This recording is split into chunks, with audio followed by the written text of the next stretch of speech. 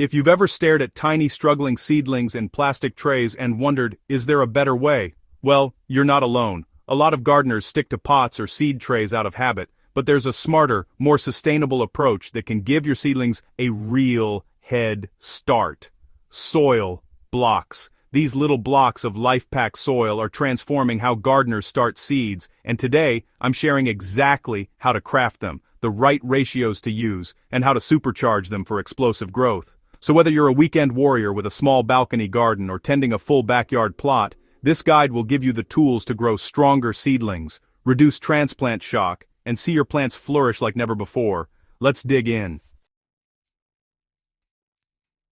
Soil blocks aren't just a neat alternative to plastic pots, they're honestly a revolution in seed starting. Unlike traditional pots, which can cause roots to circle and weaken plants, soil blocks encourage natural outward root growth. This leads to sturdier, healthier seedlings that are ready to thrive once they hit your garden soil. Beyond the practical benefits, soil blocks are eco-friendly, reducing plastic use and letting you repurpose garden waste into a productive growing medium.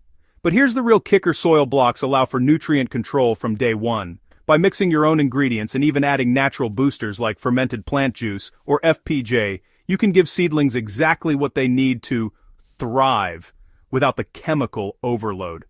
This is truly beyond composting because it's not just about recycling organic matter, it's about turning it into a powerful, ready-to-use growth tool. One of the most common mistakes gardeners make when trying soil blocks is, honestly, getting the mix wrong. Too sandy and the block just crumbles, too heavy and it suffocates those tender roots. The right balance gives you blocks that hold together but are still soft enough for roots to penetrate easily. Here's the mix I recommend for a 10-liter batch, perfect for starting dozens of seedlings. Compost, 5 liters of well-decomposed, fine-textured compost. This forms the nutrient base and retains moisture. Garden soil, 3 liters, sifted to remove rocks and large clumps. It provides structure and stability. Sand, 1 liter, for drainage and block firmness.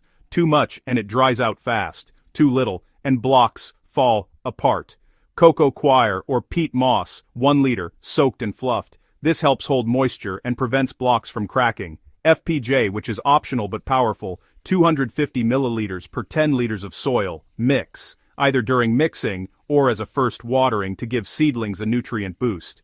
Mixing these ingredients well is essential. I usually start with the dry components, compost, soil, sand, and then gradually work in the coco coir and FPJ until the mixture clumps nicely in your hand. Think of it as shaping a soft, pliable mud ball. It should stick together without dripping water.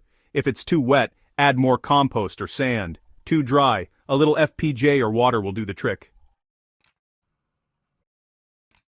Now, for the fun part, shaping your seedling's new home. I like to approach this process with a mix of precision and, well, a little zen. Gardening is about patience after all. Start by arranging your materials on a clean surface or tray. If you have a soil blocker tool, even better.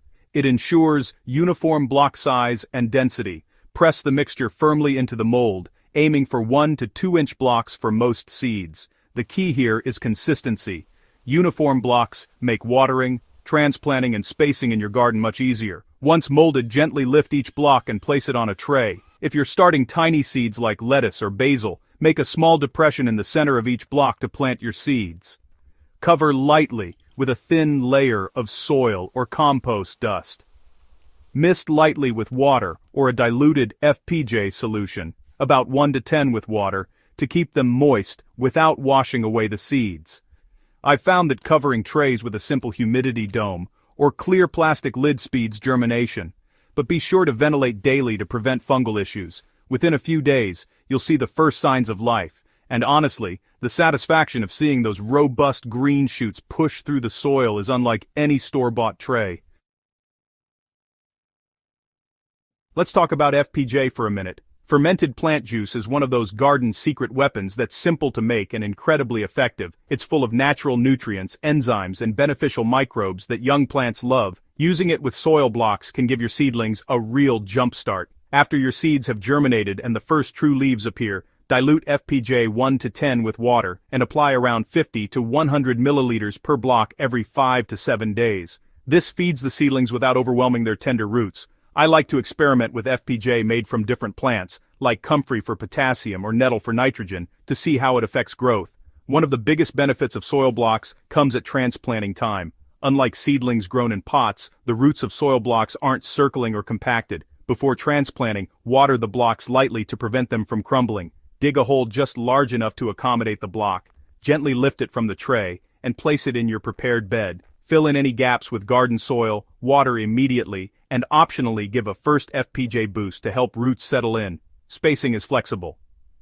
For a small herb garden, you can leave 2 to 4 inches between blocks. For larger crops like tomatoes or peppers, follow your usual bed spacing. To really see the benefits, try an experiment in your own garden. Grow 2 identical plants from seed, one in traditional pots and one in soil blocks, and track their progress. Measure growth, leaf color, stem strength, and fruit set over time. Add FPJ to one set of soil blocks and keep another as a control. You'll be amazed at how much difference starting conditions and natural boosts can make. From my experience, a few small tweaks can make all the difference. First, always sift soil and compost to avoid block crumbling. Second, maintain consistent moisture, not too wet, not too dry. Third, don't over-fertilize seedlings. They're sensitive in their early days. And finally, experiment with block sizes. Remember, soil blocks aren't just a tool. They're a philosophy of gardening that encourages healthy roots, sustainable practices, and closer attention to plant needs. Soil blocks are more than a quirky gardening trick. They're a game changer for anyone serious about starting seeds successfully. By using the right ratios, crafting blocks carefully, and adding natural boosters like FPJ, you can grow seedlings that are stronger, healthier, and more productive. Whether you're nurturing leafy greens, vibrant flowers, or juicy tomatoes, soil blocks give your garden a better beginning, which leads to better results at harvest. If you've enjoyed this deep dive into soil blocks, don't stop here. Try crafting your own, experiment with different FPJs, and track your garden's growth. Share your experiences with friends, family, and your gardening community. And if you want more practical, experiment-driven gardening tips, make sure to subscribe to Soil Sage Chronicles and hit that notification bell so you never miss a video. Your garden and your future harvest will thank you.